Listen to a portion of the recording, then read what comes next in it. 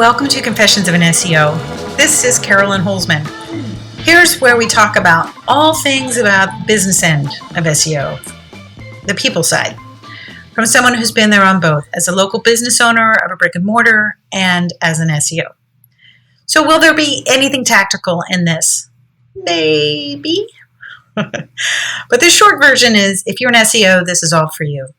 And if you're a business owner, this is my effort to help you understand how to better hold an SEO accountable, to evaluate in an informed way and potentially keep the good SEO you may have hired. And just because, when it comes to SEO, you feel like you're being left behind in the dust, remember that's not necessarily a bad thing. And that doesn't mean your SEO doesn't know what they're doing. All right. Welcome to the final episode of 2021. Now, I know there was some talk, people who listen regularly know that I put out a survey because I really wanted to find out, is there a season 2 in here? And thankfully, everybody really was very open and shared things they liked and shared things that they didn't. And I think it's going to make the show better. So I really appreciate it. And I am going to shut the survey off today at midnight. So if you haven't already sent in your ideas and feedback, and understand you can still send in ideas and feedback through the regular way. I do ask to send it by email, confessions@AmericanWayMedia. But if you can take the survey, that would be really cool. And if you're looking for it, the link will be in the description. And as regular listeners know, I do give out short links during the show. And these are bit.ly links. And you can write this down. It's bit.ly/confessionssurvey.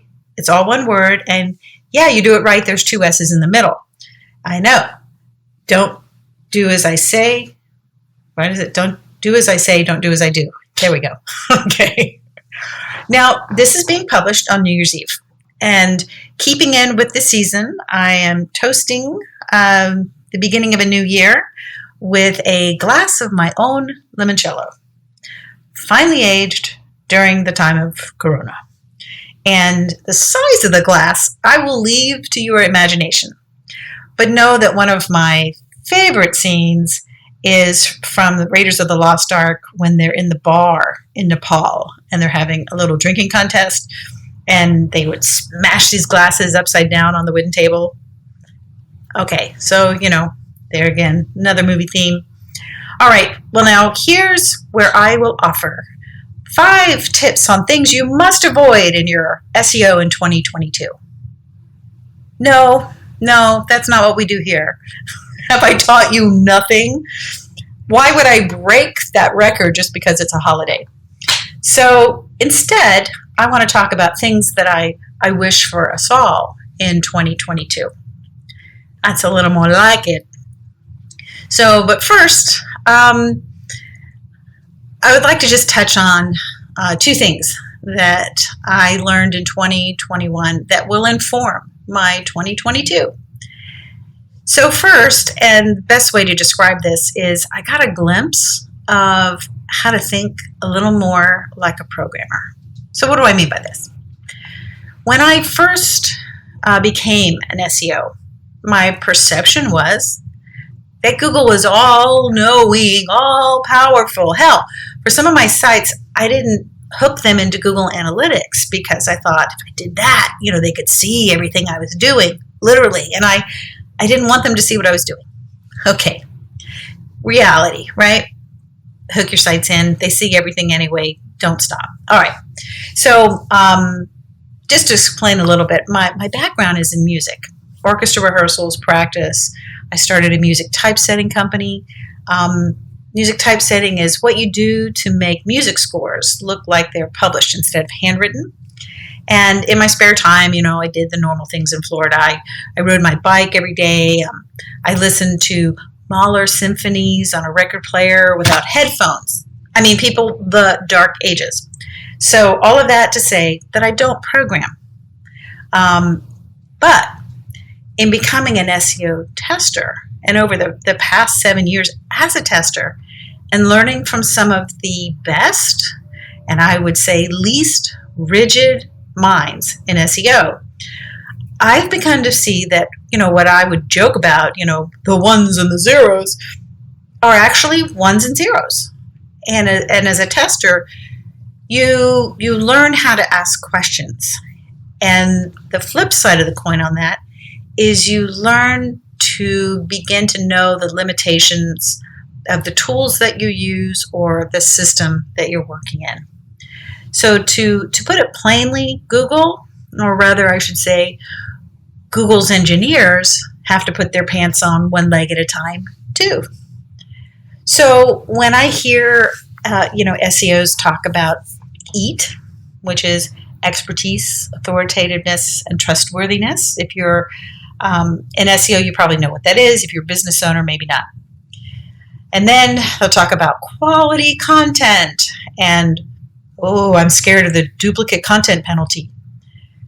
Well, really, sometimes these things make me laugh, but I do try to imagine if those things were real, how would that have to be programmed to be measured? What would indicate that? Because I know as a tester that Google, I know they're working on their AI, but Google cannot read like you and I do. Done way too many tests to know to that not be a takeaway. Does that make sense? Okay, I hope so. So I guess that's what I mean, is that looking at these concepts, with a little more critical ear and eye. Now, I'm not done yet, right? It's not that I fully understand, but I do realize that I understand better now than I did before. And I understand what kind of game we're playing. And I think we all know who sets the rules. And so my eyes are focused on what changed. And there's that saying, don't keep your eye on the puck, keep your eye on where it's going. So if that was indeed all that I learned this past year, I think that would be massive. It's going to be massively helpful, and I know it'll pay dividends into my future and play dividends into my future. And secondly, I got to experience what it's like when you're publicly testing. As a tester, one of the earliest testers, it was all done privately. We only shared information with each other because you didn't have to explain every time, yes, I know. But publicly, it's a whole nother animal. And for regular listeners, you've heard about this before. And I think I've gone a whole week, since I brought this up. But the Google Index Detector Project, which is really, it's basically I'm running a stakeout on the Google bots. And this test is an everyday presence in my life. To be honest, in my family's life. Because I get out of a lot of extra things because I got to go check my keywords. So I'm going to diverge a little bit and tell you a story. When I was in my 20s, I lived in rural Devon. There's so much that quote, it's the best of times, it was the worst of times. I taught music in a prep school. I delivered milk in the county for a dairy, which I did to barter for all things dairy. Eggs, milk, clotted cream. If you don't know what that is, oh my God. And my dearest friend, her parents ran the dairy, which was next door to where I lived, next door, up the lane, and before you get to the stream. And one time, I been working with them, bartering with them for a while. And one time they took me on holiday with them to Brittany, France. That was such an amazing week for me. And one of the things that I took away from that week was I got to see what these people as farmers had to do. They had to find someone else to run the dairy. And they would have to not just run the dairy, but, like deliver and milk the cows and prepare, that day's milk for the next day's delivery. And every day, you did that after you woke up at 4 a.m. to start delivering the milk in the glass bottles and picking up the empty ones, running up and down the lane. I mean, they literally could not up and go. They had to plan everything. And getting back to the Google stakeout, this is like my little dairy farm, full of cows, dirty bottles of manure. I just don't have to wear the rubber boots. Now, every day I've got to start out publishing and updating the related files, requesting indexing, updating the log. The log is where the measurements of date and time are noted. I update the page on the detector page on the American Way Media's website, clear the cache, and then throughout the day I have to manually check the 2 keywords per page.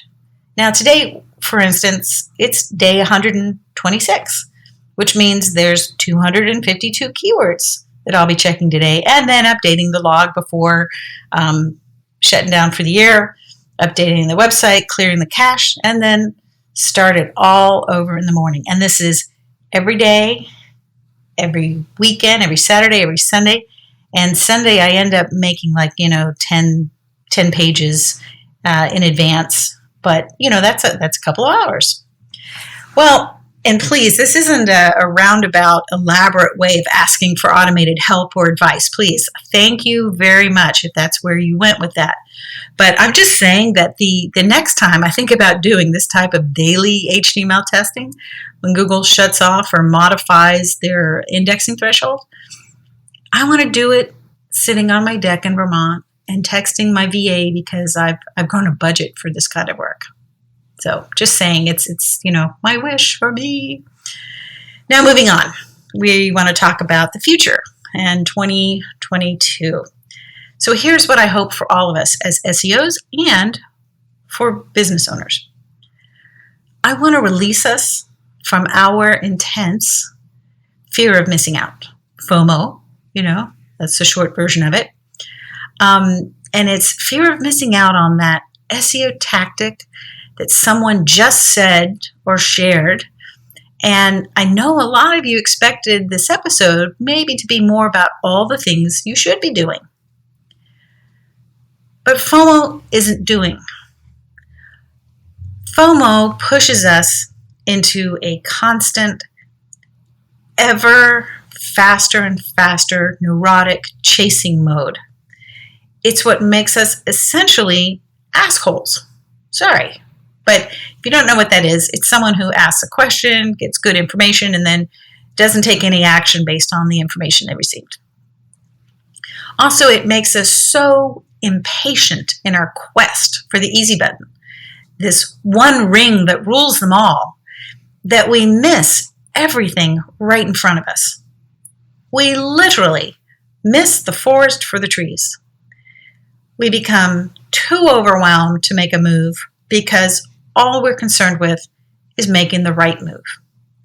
Now, I'm the first person to raise my hand and plead guilty. And while that may have been in my past, I want to let you know, the very existence of this podcast is a testament to where it doesn't have to be this way. I came up with all the things I wanted to be and do in 2021. And at the same time, all the reasons why that wasn't possible. And thanks to a friend and mentor, Lisa Parzial, last December last year, her advice was, make it real. And so I did. And that's how Confessions of an SEO got started, which has led to some pretty exciting interactions and opportunities and connections. So, for instance, I'm developing my first training course, and I swear, by Grabthar's hammer, forensic SEO training starts on January 20th. Now, I don't want to say that and not tell you, but if you want in the course, just go ahead and email confessions@AmericanWayMedia.com. I promise you, you're not going to be hit with the standard sales page. It's a real Wrath of Khan. That means something to Trekkies out there. But basically, it is a stay or go, but do it because it is what you wish. So I really don't care. I would love it if you wanted to be in, but it's okay if you don't. And the other thing that I wish is I wish for you to for the courage to take action. I wish for us to have the courage to be patient, courage to test and to find out what happens if we do something this way or that way. Be informed, do ask, and don't just, hot tail it out there and say, I'm going to make a 100,000 page website and not ask anybody anything. I get it, okay? But don't allow the process of being informed stop you. Because when you do, it shields you also from the magic contained within the attempt. The answers that you seek are likely right there under your nose in the search results. So whatever your it is, make it real. I'm wishing you a very happy new year and a magical 2020 for all of us. Well, that's going to do it for today and for the year. Thank you. I really do appreciate you being a listener. And I hope you'll come back next week for season 2. And my personal thanks to everyone who submitted a survey, because that's going to make next year even better. If you're interested in becoming a sponsor, I'll put the link in there in the description. But if you do become a sponsor between now and January 1st, you'll get an extra special bonus. Episode 52 has all the details about the benefits. And if you want to just go to the sponsor link, it's bit.ly/confession sponsor. And yes, say it with me now, all one word with 2 S's in the middle. All right. Well, listen, wherever you are listening, you can find Confessions. It's on Audible, Spotify, Amazon Alexa. And if you haven't settled on a source for your podcast, you can just Google Confessions of an SEO. And remember, all of us stand to make more money, more business, and more success together when both the SEOs and the business owners understand each other better. It has been my pleasure to be your host. Thank you for your time, and I will see you next year.